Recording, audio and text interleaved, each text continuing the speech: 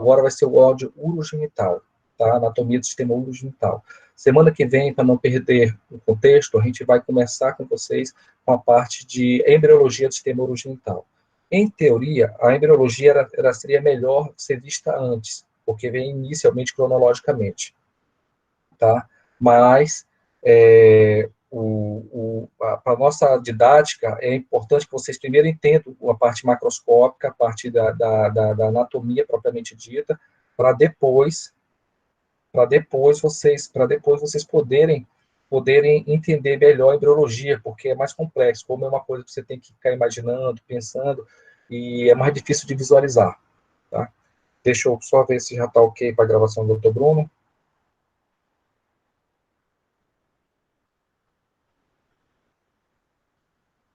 Para a gente poder iniciar propriamente dito, que vai ser o que vai ficar registrado para vocês, tá? Então, não esqueça, primeiro bizu da aula de vocês. Marquem sua presença aqui no Classroom, tá? No Meet, tá entendendo? E a segunda questão é, façam a prova, não deixem de fazer a prova, tá? Então, esse é o recado que eu dou para o módulo que vocês vão estar agora. Vocês ainda vão ter aula ainda com a doutora Alice, que vai ser na terceira semana, uma aula que seria hoje, nós tivemos uma variável aí interveniente, e aí nós estamos, a aula dela vai ficar para a terceira semana agora, de abril, tá? Todo esse conteúdo que não foi visto na P1, na N1, vai ser visto na N2 agora, vai ser cobrado na N2, então já tem bastante conteúdo para estudar. Deixa eu só aguardando o feedback do Dr. Bruno aqui, se já está conseguindo gravar, que quando eu fico nesse modo de apresentação, eu só vejo a minha apresentação, eu não vejo vocês, não tenho muito feedback, ele fica me repassando aqui. Ok? Dentro de alguns minutinhos. Já começaremos, tá? E antes das 10 horas, faremos terminar.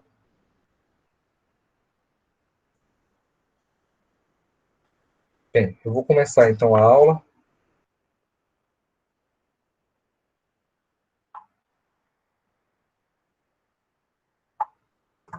Anatomia do sistema geniturinário. Então, sistema urinário, ele é dividido em sistema genital, na sua região proximal, ou seja, na parte de cima do organismo, tá? Então, vocês vão agora ver a primeira parte urinária e depois a gente vai ver a parte que eles se unem entre o gênito e o urinário, tá? Então, a primeira coisa que vocês têm que entender é que o organismo humano, ele possibilita um metabolismo que faz energia para as células do corpo, entendeu? E todas essas células, assim como elas se alimentam da glicose, do oxigênio, elas vão eliminar também substâncias que chamam de excreções, tá? A maioria dessas substâncias excretivas, elas são metabólicos são derivados da ureia, tá? Derivados da ureia. Então, essa ureia, ela é tóxica para o organismo, entendeu? É tóxica para o organismo, e ela não pode ficar no corpo, e para isso ela tem que ser excretada.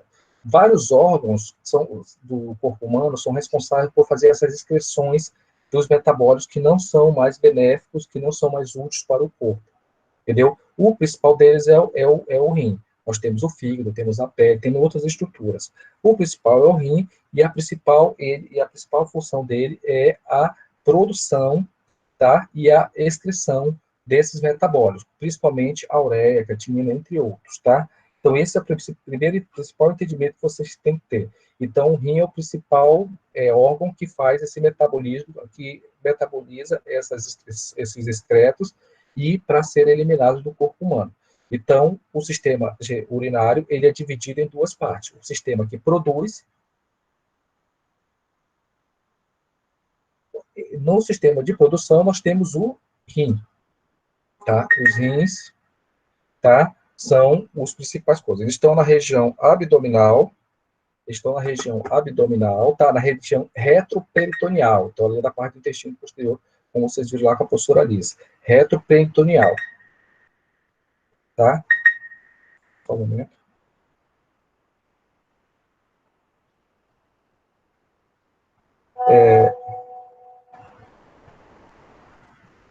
Então, o que acontece? Região retroperitoneal.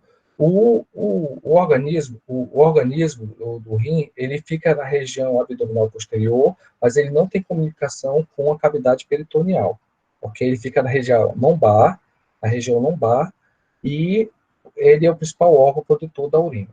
Os órgãos que coletam a urina, que são condutores da urina, serão os ureteres, tá? A bexiga e a uretra. Após isso, a urina ela é eliminada para o meio externo, tá? Vamos ver cada um deles, tá? Paulatinamente. Então, o rim, eles são impar, ou seja, são dois rins, um do lado direito e um do lado esquerdo. O importante é vocês saberem que, anatomicamente, o rim direito, ele é inferior, ele é distal ao rim esquerdo, ou seja, o rim esquerdo ele é mais alto, isso por causa da localização do fígado, tá? Que rebate um pouco ele para a parte inferior, tá? Ele tem em torno de 8 centímetros de comprimento, tá? 8 centímetros de comprimento, tá? E mais ou menos 5 a 7 de largura e 5 de profundidade, tá? Ele tem um órgão que ele é parecido com um grão de feijão, tá? Um grão de feijão, tá? Na região interna côncava dele, entendeu? Na côncava dele, nós temos uma estrutura chamada hilo renal, que é onde passa todas as estruturas para que vão entrar e sair do rim, como a veia renal, a artéria renal e a pelve renal, que é o início do ureter, que continuaria como ureter. Também os vasos linfáticos e os nervos, tá? Que vão fazer a vascularização. Vocês percebem aqui que nessa região aqui foi rebatido um tecido que está superficial ao rim. Isso aqui é a parede do peritônio visceral, que está lá, na parte do abdômen, que reveste o rim, e na parte do rim ele é chamado como fáscia digerótoma, ou cápsula fibrosa do rim. O rim, ele não existe, ele não tem inervação de dor. Então, quando você perceber assim, olha, eu estou com dor do rim, entendeu?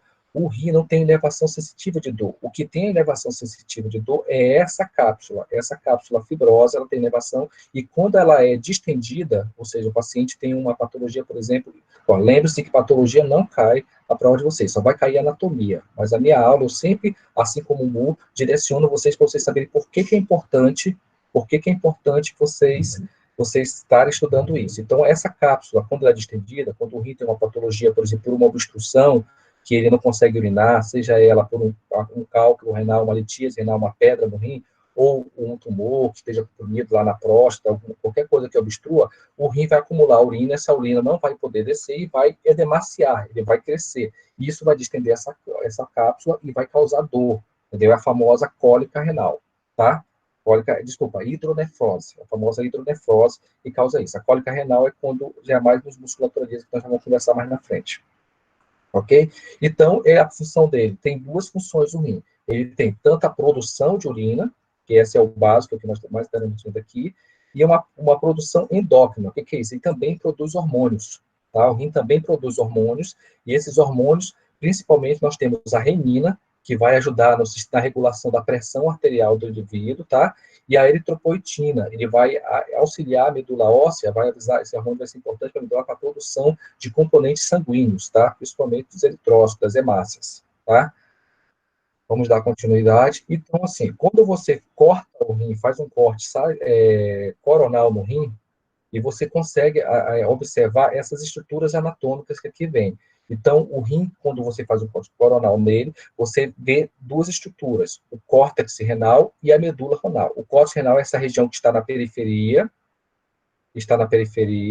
tá? E a medula renal é essa região que está abaixo, tá? Toda essa região aqui é medula. Então, o córtex renal e a medula renal. É dividido em duas partes. E aí, anatomicamente, a urina é produzida aqui no córtex e medula, e ela é excretada nessas estruturas coletoras, que nós chamamos de cálice, tá? Essas estruturas menores aqui, ó, esse e esses são cálices menores, são pequenos. E eles desembocam nessa estrutura que parece que é maior, chamada de cálice maior, que vão, porventura, vão drenar para a região mais dilatada, maior, chamada de pelve renal. Tá? Uma região mais dilatada, que vai, ao sair do rim, vai se estreitar e vai ser chamada de ureter. Vamos dar seguimento, tá? O que é importante vocês saberem, então? Que nós temos aqui a região do córtex renal, tá? E a região da medula. A região da medula, ela tem duas estruturas que nelas se diferenciam anatomicamente. Essa região aqui, que parece uma pirâmide invertida, é chamada de pirâmide renal, tá? Pirâmide renal. E essas estruturas que estão aqui ao lado, tá? Entre as pirâmides, colunas renais, tá? colunas renais. Ok? Nessas regiões aqui é onde estão a estrutura que vão fazer a produção da urina, tá? E essa estrutura é chamada estrutura morfofuncional do rins. Então, todo órgão ele tem uma estrutura morfofuncional que é, microscopicamente, quem vai fazer a função daquele órgão como um todo. No cérebro, nós temos uma célula chamada neurônio, tá? No rim, nós temos os hepatócitos, tá entendendo? No rim, a estrutura é o néfron. No caso, ele não é uma célula, ele não é uma célula, ele não é apenas uma célula, é um conjunto de células, é uma unidade morfofuncional, e ele é formado, e é extremamente importante. Então, professor, o que, que eu preciso saber da anatomia do sistema urinário, da parte que a gente não é macroscópio? O que, que é mais importante saber? A néfron. Então, vocês têm que saber a estrutura do néfron, tá? Então, o néfron, ele é composto por 5 estruturas. O glomérulo renal, que são essas estruturas aqui, ó, são vasos, artérias e veias, que é onde são filtrada a urina, filtrado o sangue, tá? Desculpa, filtrado o sangue para a coleta da urina, tá? E eles estão, na maioria das vezes, no córtex renal, na região do córtex renal. Então, os glomérulos são responsáveis pela filtração. Pacientes que têm insuficiência renal, e o problema é no rim, a maioria das vezes são inflamações nessa região, nos glomérulos. Vocês vão olhar no nível com glomerulonefrite, tá? Causando a parte da insuficiência renal. Várias doenças podem causar glomerulonefrite, tá? Lembre-se que essa parte de doença, de médica, não cai para vocês, mas como é um curso de medicina e nós estamos diante de alunos de medicina, é importante que vocês tenham esse conhecimento, porque quando forem lá nas disciplinas assim, que vocês vão usar isso como base, quando a pessoa falar de um néfron, você sabe que está no rim, quando a pessoa falar de um glomérulo, você sabe que é uma estrutura do néfron e aonde está. Então, cada doença pode atacar com algum componente dessa região, tá? A outra, então, o néfron, ele tem o glomérulo, depois ele desce, tá? Essa estrutura azul aqui, a estrutura azul é chamada de ramo descendente. Então, sai do glomérulo proximal, ramo descendente, tá? E ele entra na parte da medula com uma estrutura mais afinada, essa estrutura aqui mais delgada, é chamada alça de Henry, tá? Alça de N, tá? É a estrutura também. Nessas estruturas, você tem trocas de eletrólitos. Então, assim, aqui acontece aquela bomba de sódio e potássio, sai sódio, entra potássio, aqui sai, entra glicose, reabsorve glicose, todas as estruturas que o organismo excreta aqui no glomérulo então, são reabsorvidas nessa estrutura do néfron, tá? Que são importantes para o coisa. Só é eliminado, geralmente, potássio e ureia, e creatinina também, tá? O que acontece? E aí, o outro é o ramo ascendente, onde também geralmente é absorvido mais água, tá? É absorvido mais água no ramo descendente, e o glomérulo distal, na parte do córtex novamente, que vai drenar esse resíduo, essa excreta, que é a urina, tá? Para o ducto coletor. Esse ducto coletor, tá? Por sua vez, vai conduzir até o cálice menor, na região aqui embaixo. Tá? Então, o ducto coletor vai drenar para o cálice menor. Então, são milhares de néfrons, tá? No rim, tá? E eles produzem em torno, eles filtram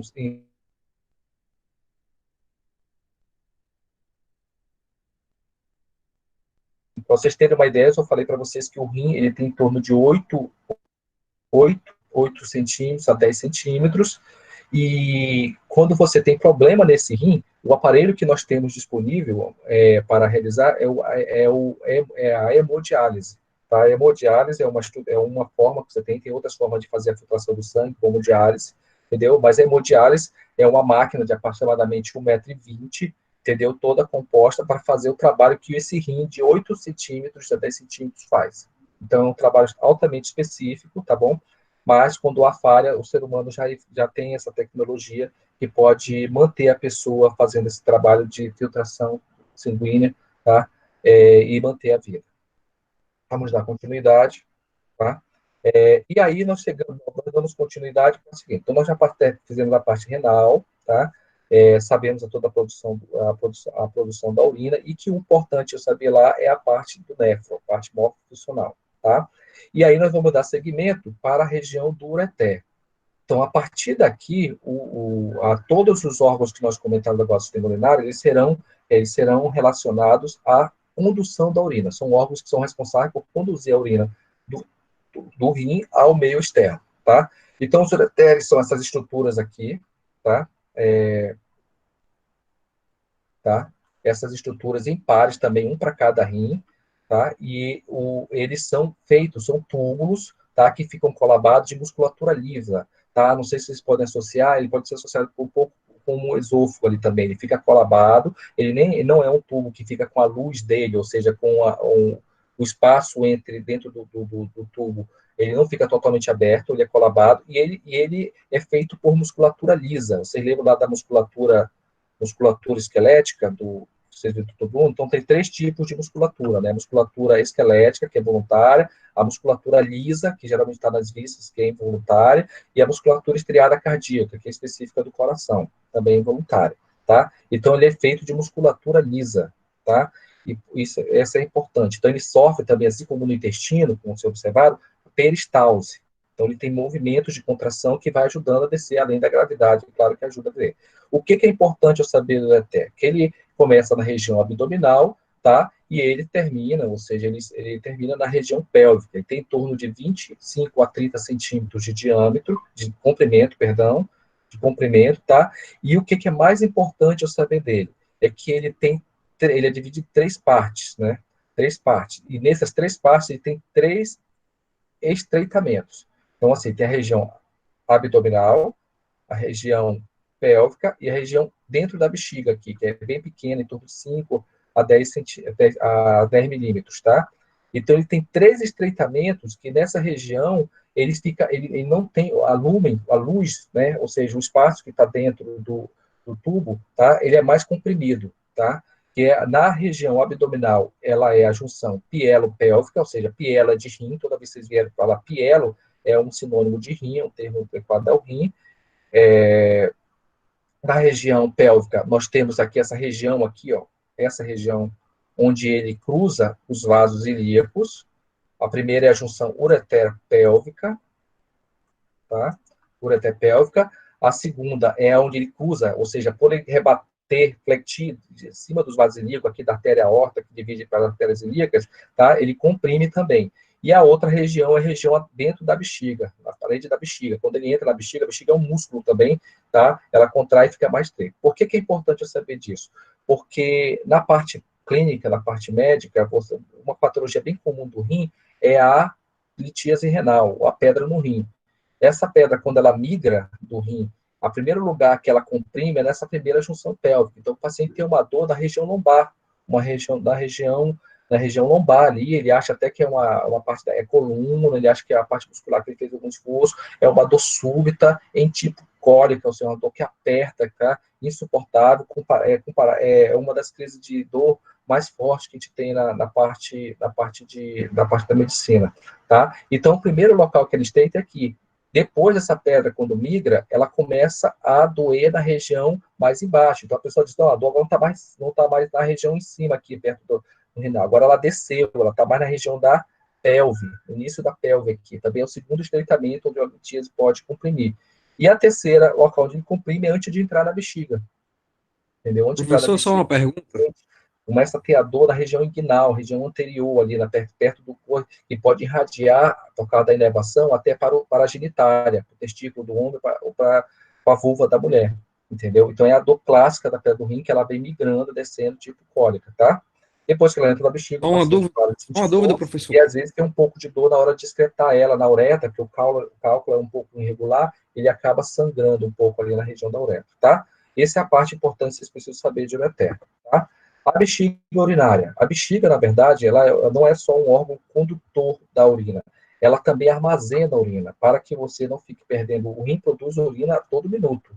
A todo minuto. Então, assim, se você não tivesse a bexiga para armazenar essa urina, você estaria tendo que constantemente estar perdendo a urina no meio externo. Então, a urina ela é um órgão não só como armazenador da urina. E ela é formada pelo músculo, um músculo de musculatura lisa, com várias fibras entrelaçadas. E esse músculo ele recebe o nome, é um músculo muito importante, é chamado de músculo dentrossor.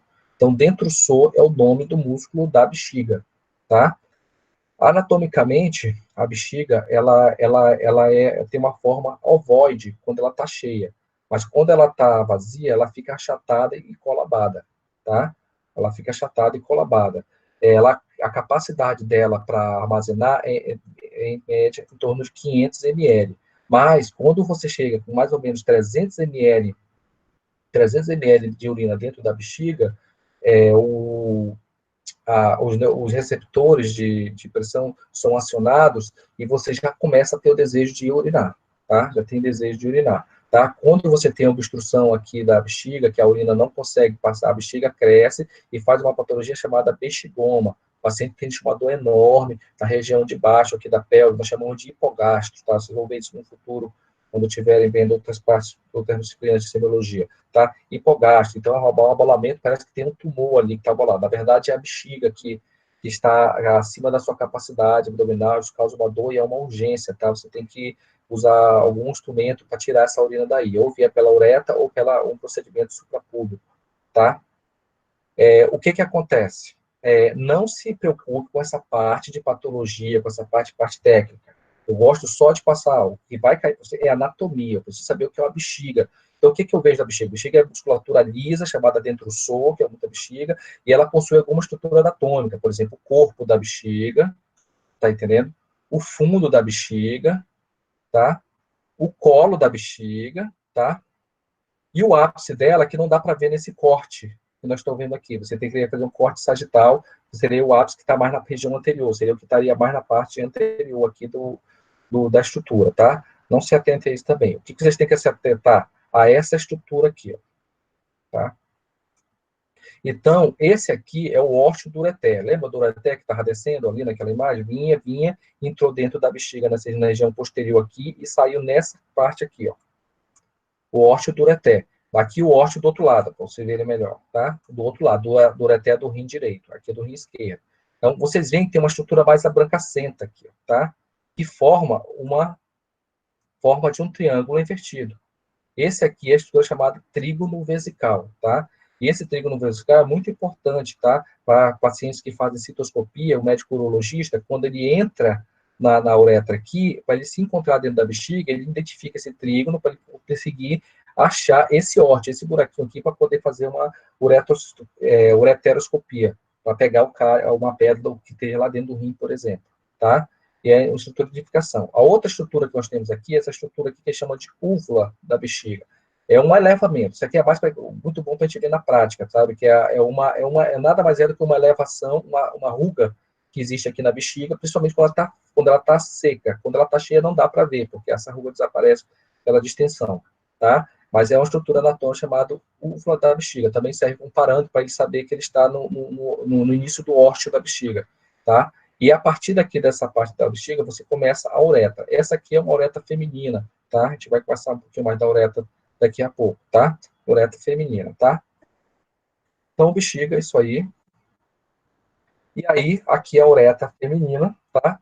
Aqui para cá estaria a bexiga, tá? E aqui nós temos a entrada para a uretra bexiga. A uretra é um órgão ímpar, também tubular, tá? Que está comprimido, e fica na região mediana, e existe diferença entre os sexos. Essa aqui que nós estamos vendo a uretra feminina, tá? Nós daqui a pouco, quando vemos a genital masculina, a gente fala um pouco mais da uretra masculina, tá? Mas a diferença principal é ela comunicar a bexiga ao meio externo, tá? Isso aqui hoje é uma aula mais tranquila, mais fácil, por causa dessa situação, são muitas estruturas que você já tem conhecimento leigo, né? Já veio de casa, já sabe o que é uma uretra, o que é um rim, tá bom? Já facilita bastante você nisso, do que a parte musculoesquelética, como eu tinha comentado, que são muitos termos muito mais novos, tá? E a diferença entre os sexos, a uretra masculina, por causa do pênis, ela é bem maior, ela tem de 18 a 22 centímetros, tá? E a uretra masculina, ela é um meio comum, tanto para a urina, quanto para como nós vamos ver na parte genital lá, quanto para o sêmen, tá? Como para o esperma, tá? E, pois, na mulher, não, é uma uretra menor, tá? É uma uretra menor, tá? E ela serve apenas para a excreção da urina. Apenas para a excreção da urina, tá? Então, essa é a principal diferença entre as duas uretras, tá? Essa uretra menor na mulher possibilita algumas teorias dizem que possibilita mais infecção urinária, porque a bactéria corre pouca distância, já pode chegar lá na bexiga e ascender para o rim. Tem várias teorias, mas essa é a anatomia da uretra feminina, tá? Nós temos também aqui na uretra algumas glândulas acessórias que produzem secreção, tá? Para lubrificar essa uretra, são chamadas glândulas uretrais, tá bom? Elas produzem algumas substâncias, algumas viscosas para melhorar a lubrificação e não machucar a região da uretra, a mucosa da uretra, porque a urina ela tem um pH mais ácido, entendeu? E isso possibilita que possa agredir aí essa região da uretra e causar uma uretrite, seria uma inflamação dessa mucosa, tá? Então, agora vamos entrar então, na região aproveitando da região genital feminina. Então, quando você divide o sistema genital, você divide o sistema genital em duas estruturas. Você divide ele em órgãos que são responsáveis, gametogênicos, por produzir os gametas, tá? Para a fecundação, e os órgãos que são armazenadores também, que são condutores e armazenadores desse gameta, tá? Então, quando você está no genital feminino, você tem aqui a estrutura, o principal órgão é o ovário, tá? O ovário, tá? É o principal órgão, tá? Que é o órgão gametogênico, tá? Assim como o rim, ele não só produz o gameta, mas ele também tem uma função endócrina, tá? Tem uma função endócrina de produção de estrogênio, tá bom? E progesterona, tá? Então, assim, nós temos o gameta, nós temos o ovário, e aí o ovário quando o ovário ele sofre a parte hormonal e libera o óvulo, esse óvulo vai ser conduzido, tá? Por essa estrutura que é chamada de tuba uterina, tá? Tuba uterina, tá? É toda essa região, tá? Ela divide-se em 4 partes, tá? A primeira parte, que é onde coleta o ovário, é chamada ampola, tá? Ampola, tá? E aí, a primeira parte é ampola, tuba uterina. Antigamente, não vai cair mais epônimo para vocês, mas vocês têm que saber que alguns livros ainda colocam. A tuba uterina, ela era conhecida como tuba de Falópio, tá? Tuba de Falópio. E aí nós temos a ampola, nós temos o infundíbulo, ampola, essa região mais da ampola, o infundíbulo, que é a região mais dilatada, onde vai coletar o couro, tá? A fecundação, quando ocorre aqui na região da ampola, tá? Ela não ocorre aqui na região, o espermatozoide corre todo esse trajeto, quando chega na região da ampola, é que ele é fecundado o óvulo. O óvulo ele é captado aqui pelas fímbrias do infundíbulo, tá? Segue o infundíbulo, quando chega na ampola, ele é fecundado. Essa região mais estreita é chamada de istmo, tá? E a última parte da uretra é a parte que está dentro da parede do útero. Tem aqui, ó, tá? Ou seja, ela não está externa ao útero, é o que está dentro do músculo do útero, que o músculo do útero também recebe nome, assim como o da bexiga, chamada de miométrio, tá? Esse músculo aqui, ó, aqui embaixo, na região de baixo, tá? É o miométrio, tá? Esse região, tá? O útero, ele tem uma forma de pera, tá? Então, o útero ele tem uma forma de pera, tá? Essa forma de pera do útero, ele está retrovesical, a mulher, o que é isso? Ele está posterior à bexiga, aqui é a bexiga da mulher, tá? E aqui o útero, tá? Ele está posterior, ele tem em torno de 6 a 8 centímetros, 6 a 8 centímetros de comprimento, tá? Por 4 a 5 de largura também, tem um órgão pequeno, mas que tem uma anatomia fantástica, com fibras entrelaçadas, que até hoje há estudos, como que ele consegue dilatar, por exemplo, entendeu? Para acomodar o feto, né, na gestação, tá? Então ele tem uma capacidade de distensão muito grande, tá? Fisiológica e hormonalmente. Mas o que é importante vocês saberem do músculo? Que o útero é dividido entre o fundo, tá? O corpo, tá? E essa região aqui, que vai se entrelaçar com eu vou ficar aqui embaixo, para você ver melhor. Tá? Aqui embaixo, tá? Essa região aqui é extremamente importante, que é o famoso colo do útero, tá? Extremamente importante, porque nessa região aqui é onde acontece uma patologia de neoplasia, ou seja, de tumor, de câncer, tá? O câncer do colo do útero, tá? O câncer do colo do útero, ele é muito comum na nossa região e no Brasil, tá? E tem uma extremamente importância para essa região. Dentro do útero, nós temos as camadas, algumas camadas que que são responsáveis pela descamação que ocorre na mulher.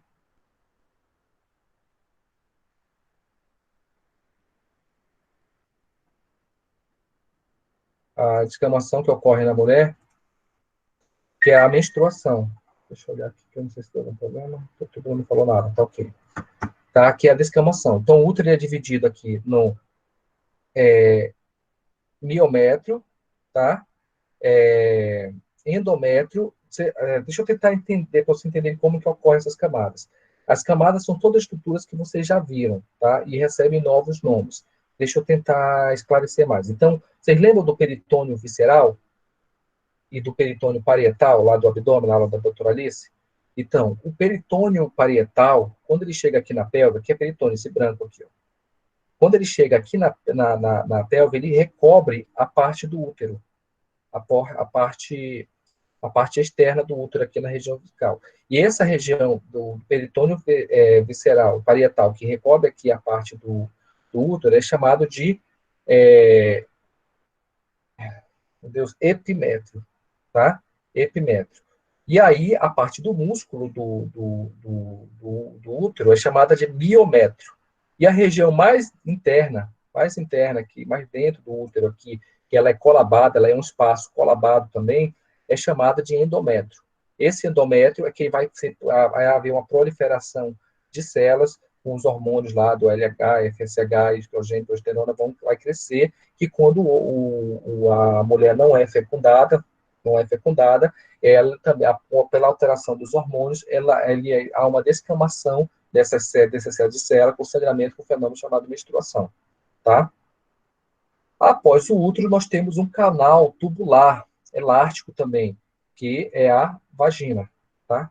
A vagina, então, é a comunicação, então, do útero com o meio externo, ou, praticamente, como o caminho é inverso aqui, do meio externo com o útero. Então, é um canal elástico, tá? Tubular também, colabado com mucosa, tá? Com mucosa, que serve tanto para a penetração para fins de fecundação, tá?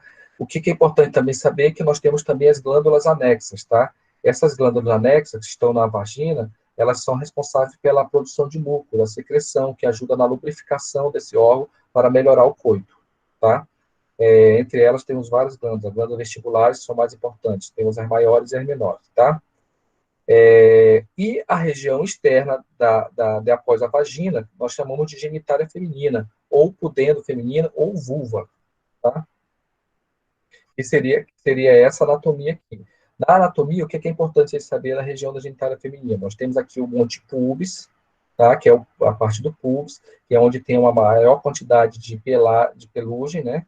De pelos pubianos. Esses pelos, eles são anatomicamente para a proteção da genitália, tá? E aí você vê aqui a outra estrutura mais importante, você tem aqui os grandes lábios e os pequenos lábios, tá? Ou lábios maiores, lábios menores, pequenos lábios, tá? Pequenos lábios. A região mais proximal, mais superior aqui, você tem uma estrutura, tá? Que corresponde como se fosse a glande do pênis no homem, que é o clitóris, tá? Tem uma estrutura que tem uma sensibilidade na estimulação sexual importante, tá? É o clitóris, tá? E aí o clitóris tem a glande, assim como tem a glande do pênis, tem a glande do clitóris, tá? E aí, nessa região toda aqui abaixo, aqui dos pequenos lábios aqui que estão abertos, ela é chamada de vestíbulo, tá? Vestíbulo. E essa região aqui de dentro é o bulbo do vestíbulo, tá? E aqui nós temos, aqui é extremamente importante na parte técnica para vocês entenderem. E aqui nós temos a estrutura, parece brincadeira, entendeu? E aqui nós temos o ósseo da uretra, tá? O ósseo da uretra sai superior ao ósseo da vagina, tá? Superior ao ósseo da vagina. Então, o ósseo da uretra, onde sai a urina, a vagina é o canal de coito para a fecundação, tá? E existem, nas mulheres que nunca tiveram relação, existem várias formas de expressão dessa vagina, que são anti-interrelação, ou ter algum trauma, alguma coisa, que são os ímãs, e tem várias formas de ímã. Então, o ímã é uma membrana que fica recobrindo, tá? O canal vaginal, entendeu? Antes da coisa. Tem várias formas, vários tipos, a anatomia também, vocês podem ver no livro depois, também tem lá uma figurinha com todas as partes, tá? Para vocês só entenderem. Então, qual é a importância clínica aqui dessa região da vagina? Então, principalmente no procedimento que nós chamamos de sondagem vesical, tá? Sondagem vesical. A maioria das vezes quem faz sondagem vesical é enfermeiro, tá? Enfermeiro faz sondagem vesical, mas médico tem que saber fazer. Quando preciso, muito vocês fazem. Inclusive, no curso de vocês, às vezes vocês pedem para ficar sondando, para aprender como faz. Então, a sondagem da mulher, no homem é mais fácil, porque o canal da uretra é o mesmo canal, só tem um ali. Mas não é difícil, parece brincadeira, principalmente enfermeira mulher, inclusive, tá entendendo? Ou até médico mesmo, de fazer a sonda vesical via no canal vaginal, tá? Então, você parece brincadeira, pô, como é que não conhece? Tem que estudar, tá bom? Então, a uretra, você quase não vê o ósseo da uretra, às vezes, entendeu? Isso dificulta, o paciente, às vezes, também não colabora, isso é um pouco difícil, tá? E aí, às vezes, você faz a sondagem no canal vaginal, é um erro que pode acontecer, você tem que saber que na mulher, o orifício uretral, tá, é básico, a mulher vai dizer, claro, isso é óbvio, é básico, né? Na hora que você tiver o procedimento, lembre de mim, tá? Vamos lá. Genital masculino, estamos quase encerrando a nossa aula já, no finalzinho, tá? Então, genital masculino, então, como vocês perceberam, o sistema geniturinário, urinário, ele é separado na região proximal, na região genital, ele é junto com, ele cruza com o sistema genital. O que é importante vocês saberem no genital masculino, assim como no feminino? Que também tem os órgãos que produzem o gameta, e aqui ele é o testículo, tá? É o principal órgão de produção do gameta, tá? Testículo, tá? Testículo, principal órgão de produção do gameta masculino, tá? Que é o espermatozoide, tá? E os órgãos que conduzem, né? Conduzem o espermatozoide, o sêmen, até o meio externo para a fecundação, tá? E aí, então, nós temos o testículo, onde há a produção do espermatozoide, nós temos o epidídimo, tá? Que é essa região aqui, ó, anterior ao espermatozoide, da póstero superior ao espermatozoide, tá? O epidídimo é um órgão onde acontece a maturação do espermatozoide e armazenamento dele. Então, o testículo produz os espermatozoides, eles saem sem flagelo, tá? Eles ficam armazenados aqui no epidídimo. No epidídimo, eles ganham um flagelo e ficam armazenados até o momento da estimulação sexual, para que eles possam ser excretados, tá? Então, o epidídimo, nós temos aqui o ducto deferente, que algumas pessoas já devem estar lembrando, porque a doutora Alice pediu a anatomia do canal inguinal, tá? Então, o ducto deferente vai subindo aqui, tá? Então, no canal inguinal aqui, você já viu que tem 9 estruturas, tá? Uma coisa importante aqui é esse plexo aqui, tá? Esse plexo venoso testicular do canal inguinal aqui, isso é importante, que alguns homens têm varizes nessa região, e varizes seriam dilatações dessas veias, isso muda a temperatura, muda algumas conformidades, e pode ser uma causa de esterilidade do homem, entendeu? Então, chama-se varicocele, esse problema. E aí precisa fazer o procedimento de retirar essas varizes para ver se a pessoa consegue maturar melhor os espermatozoides e eles serem úteis para a fecundação, tá? Essa é a grande importância aqui. E o ducto deferente, a outra importância também médica para vocês, doutor, você vai cair, não vai cair, só vai cair para vocês anatomia, tá? Vocês têm que saber que vocês estão estudando anatomia para uma função, ou seja, serem médicos e entenderem isso no futuro. Então, uma outra coisa que é muito diferente acontece aqui é um procedimento que você pode fazer nele chamado vasectomia, tá? É um procedimento que os homens podem fazer para controle de natalidade, ou seja, para evitar ter filhos. Então, o urologista vem aqui, faz um cortezinho aqui, com anestesia local, vem e liga ou ele amarra com fio esse tubo, tá? Ou às vezes tem várias técnicas, né? Ou às vezes ele amarra com fio ainda corta. Tem várias técnicas, tá? E aí o espermatozoide pode ser produzido, mas não consegue ser eliminado porque obstrui. A mesma coisa acontece, por exemplo, quando a mulher faz a ligadura tubária. O ginecologista vai lá na tuba uterina e liga a tuba uterina. Tem várias técnicas para fazer isso, para interromper esse tubo, tá? Uns só amarram, outros amarram e cortam, outros só cortam, tá? Tem várias técnicas e cada um utiliza o que acha que a literatura é mais proeminente, tá? Não é o nosso objetivo, é só para você saber que o ducto deferente é o canal que leva do epidídimo, tá? Através do canal inguinal, tá? E vai levar, e esse ducto deferente vai se unir com conduto dessa estrutura aqui, essa estrutura verde, eu vou pintar de verde apesar de ser verde, chamada vesícula seminal. Então, a vesícula seminal, então, o testículo produz o espermatozoide. Os espermatozoides, eles não são todo o conteúdo que sai. O que sai na hora da ejaculação é o sêmen, tá? Ou esperma. Esse sêmen esperma, ele é composto por várias substâncias. Uma delas, tá? É o conteúdo da vesícula seminal, tá? Que é o líquido seminal. É produzido pela vesícula seminal, e esse líquido, junto com o líquido prostático, eles ajudam a lubrificação e a alcalinização do canal onde o esperma vai passar, porque o canal onde a esperma passa no homem é o mesmo canal da urina, e como vocês perceberam, a urina é ácida. Então, essa urina, ela é ácida, e ela acaba sendo deletéria para os espermatozoides. Então, antes do homem ejacular, já há uma produção de, de, de líquido seminal, líquido prostático, que lubrificam essa uretra, e alcalinizam ela, para quando o espermatozoide passar não ser tanto deletério, tá? Então, assim, antes do homem ejacular, geralmente ele libera uma secreção, entendeu? No pênis, uma secreção mucosa, um líquidozinho viscoso. Esse líquido ainda não contém espermatozoide, tá? E ele serve para lubrificar e alcalinizar o caminho antes da ejaculação, tá bom?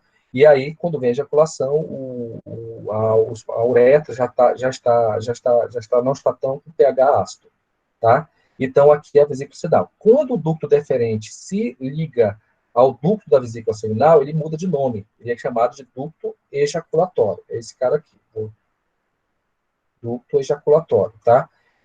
E aí se junta com os condutos prostáticos que vão para lá. Essa próstata, isso aqui é muito importante, ó, essa lilás aqui. Esse lilás aqui é a próstata, tá? A próstata é um órgão masculino, uma glândula acessória do genital masculino, que produz, além de líquido para a lubrificação da pele, alguns hormônios, tá? A parte hormonal nós vamos até aqui, vocês vão ver mais depois no endócrino, tá? Mas o que é importante você saber da próstata é que ele é um órgão que dá muito problema no homem, como neoplasia em pacientes idosos. Ela tem uma hipertrofia, que ela responde à testosterona produzida no testículo, tá? E ela tem um órgão assim como o colo do útero, que pode levar ao câncer de próstata, tá? Ou ela pode crescer, tá? Aumentar de tamanho, que nós chamamos de hiperplasia, tá? E quando ela cresce, ela pode obstruir a uretra do homem, ou seja, ela cresceu e a uretra, que era um órgão tubular, tá, que colabado, amassado, ele não dilata. Isso pode fazer retenção urinária. Então, o rim produz urina, armazena na urina, mas o cara não consegue urinar, tá, porque a próstata está grande, tá? Isso também é um problema. Então, ela tem 5 lóbulos, tá? 2 lóbulos laterais, tá? E distal e proximal, e um lóbulo mediano, que é o principal lóbulo que acaba obstruindo aqui a parte da urina, tá? O lóbulo mediano. É importante saber os lóbulos da próstata por causa dessa importância clínica que vocês vão ver no futuro. Deixa eu apagar aqui. Tá? Deixa eu apagar aqui. O que eu queria dizer? Porque na uretra masculina, agora que estou chegando na parte da uretra, a uretra masculina, nós temos aqui a parte, ela é dividida em 4 partes, tá? A parte dentro da bexiga, tá? Que é chamada de intramural, a parte prostática, tá? A parte prostática, ó, intramural, uretra masculina, tá? De 18 a 23 centímetros. Parte prostática. Essa parte aqui que está entre a próstata e o pênis é chamada de intramembranosa, tá? E a outra parte, ela está dentro do corpo do pênis, então dentro do corpo esponjoso do pênis, tá bom? Dentro esponjoso do pênis, tá? E aí na região aqui embaixo você tem aqui a fossa navicular da uretra, que é um espaço mais dilatado que está dentro da glândula do pênis, ok? O pênis ele é dividido em 2 partes, tá? São a parte esponjosa, onde está a uretra, que é a parte mais mediana, que é única, e 2 corpos cavernosos, que estão na região mais dorsal, dorso lateral, um do lado direito e um do lado esquerdo. Esses corpos eles são cheios de vasos, de lacunas de sangue, que quando há uma maior vascularização nessa região, há a ereção, tá? Para a realização do coito. Tá? E aí nós temos algumas glândulas acessórias, tá? Que são, além da glândula seminal, a próstata, tá? E as glândulas bulboretrais, tá? Essas aqui são as glândulas bulboretrais. Vocês vão aqui pelo coisa, são essa região aqui. Ó. São essas glândulas que estão perto da próstata aqui, elas servem para lubrificar também a parte da uretra, tá? uretra e pênis, pronto. Parte da genitália externa masculina, estamos acabando, acho que esse é o nosso último slide, tá? Já está passando um pouco do tempo, tá? E testículos, é isso mesmo, cara, é meio simples mesmo, tá? Então, vocês veem, os testículos nada mais são do que uma rede de túbulos, tá? De túbulos que tem a função tanto endócrina como a função de espermatogênese, que seria a produção do gameta masculino, tá? E na parte endócrina, tá, que são as células de Leydig, eles são responsáveis pela produção de hormônios. O principal hormônio produzido é a testosterona, um hormônio importante para o masculino, que dá as características secundárias masculinas, tá? Com barba, maior massa muscular, entre outros, tá? E eles também servem, e essa produção, ela é estimulada pelos hormônios que são produzidos lá no sistema nervoso central, na hipófise, que é uma glândula que a gente vai ver mais no futuro, que é a produção de FSH e LH. Isso aí não se atenta nesse momento, queria só que vocês tivessem um entendimento sobre isso. O que eu queria frisar para vocês aqui? Que é a parte da espermatogênese, ela precisa acontecer em uma temperatura de 30 a 35 graus. Ou seja, a nossa temperatura do corpo normal, ela é em torno de 36 graus, em média, tá? Acima de 37,7 é febre, tá? Acima de 37 febril. Nós temos 36 graus. Nós somos anostáticos, temos uma temperatura teoricamente constante, sei lá, mas o espermatozoide para ser produzido, ele é produzido numa temperatura mais fria, entendeu? Para isso, ele precisa ter uma regulação, tá, do corpo. E aí, você queria que você chamasse atenção para essa musculatura aqui. Essa aqui é uma musculatura lisa, chamada de músculo cremastérico, tá? O músculo cremastérico, ele é responsável por... é o famoso músculo puxa-saco, entendeu? Ele é responsável por trazer o testículo para mais próximo do corpo, para aquecer, ou dilatar. Então, quando está frio, o cremaster traciona o testículo para próximo do corpo e o saco do homem some, né? A partir de hoje, não chamamos mais de saco. O nome é escroto, tá? Escroto. Então, isso aqui agora não existe mais, tá? Então, ele puxa o escroto, tá, para mais próximo do corpo, levando o testículo para mais próximo do corpo e aquecendo, sempre mantendo uma temperatura ideal para a espermatogênese do homem, tá? Um outro músculo importante musculatura lisa é o músculo dartos, tá? Dartos, que é o músculo que está aqui na região mais profunda ao escroto. O escroto é a pele que recobre o testículo, tá? Esse aqui é o músculo responsável pelo escroto engilhar ou dilatar, tá? Ele é involuntário, geralmente está relacionado também com a temperatura. O que é importante também saber aqui? O epidídimo, tá? Então, do epidídimo, nós temos aqui uma rede de túbulos, todos são túbulos, tá? Mas se você fosse botar esses túbulos em linha reta, ele dá em torno, são tão grandes, são tantos túbulos que dá em torno de 5 metros de comprimento, tá? E a principal função dele é o armazenamento e o amadurecimento dos espermatozoides, tá? Até a sua completa formação e ficar armazenando lá até o momento da estimulação sexual para a ejaculação, ok? O que é importante também saber aqui então, aqui nessa região do pênis, da genital externa, essa área mais externa é chamada de glande do pênis, tá? Ele é um órgão de sensibilidade, tá? E também de estimulação sexual, tá? E bastante sensível. E existe uma pele que cobre essa glande do pênis para a produção. Essa pele é chamada de prepúcio, tá? Então, prepúcio é a pele que recobre aqui, essa pele aqui, que recobre a glândula do pênis. Algumas crianças, quando nascem, elas nascem com o prepúcio aderido à glândula do pênis e a criança não consegue urinar, tá? E aí você tem que fazer um procedimento, tá? Que é chamado postectomia. Você vai lá e corta esse excesso de pele, esse prepúcio, a pele do pênis, entendeu? E ela para que ela para poder urinar direito, tá? Então, geralmente as mães têm que observar o bebê, entendeu? Se ele se tá esfolando ali, tem que limpar, fazer higiene dessa região, tá? E aí, alguns, também questão jurídica, nessa região aqui, entre o prepúcio, existe fisiologicamente uma aderência, onde passa uma artériazinha aqui, que vai para a glândula do pênis, tá? Que é chamado de frênito, tá? Frênito do pênis. Isso aqui, na cultura judia, por exemplo, a nível de curiosidade, eles cortam também para melhorar a higiene e parte cultural, que é a chamada circuncisão, tá? Então, quando faz a circuncisão, é a ressecção aqui do frênito do pênis, que é uma aderência, tá, onde passa uma artéria, tá? Entre o prepúcio e a glândula do pênis. Gente, eu acho que é isso, tá? Desculpa ter passado aí 10 minutos do horário, sei que vocês têm outra aula agora, tomara que não prejudique muito lá o professor, tá? Hoje foi uma aula um pouco... já pode parar a gravação, doutor Bruno, tá? Essas são as referências bibliográficas, tá? Principais que nós tiramos da aula. Qualquer dúvida, podem mandar por mensagem aí depois, conforme for, está sempre disponível aí para vocês. Lembra que o objetivo é que vocês possam captar o máximo possível dentro das limitações que nós estamos tendo no momento, tá bom? Eu não sei se o doutor Bruno tem alguns avisos para falar aí. O que eu sei, parece que a segunda chamada será na semana que vem, tá? Nós teremos a nossa aula, espero que um pouco mais cedo, porque aí já vai ter essa foi atípica, a gente demorou um pouquinho nos sistemas operacionais, tá? E semana que vem o doutor Bruno vai explicar melhor quem for preciso fazer a segunda chamada, tá? E para a gente ver. Mas a nossa aula vai acontecer, se Deus quiser, se não tiver nenhuma intercorrência, tá? Depois a gente disponibiliza aí a aula, se ficou boa aí, bota lá para vocês, para ficarem revisando. Abraço a todos, tá? Um bom dia para vocês, uma boa semana aí. Mais importante nesse momento, fiquem em casa, tá? Abraço.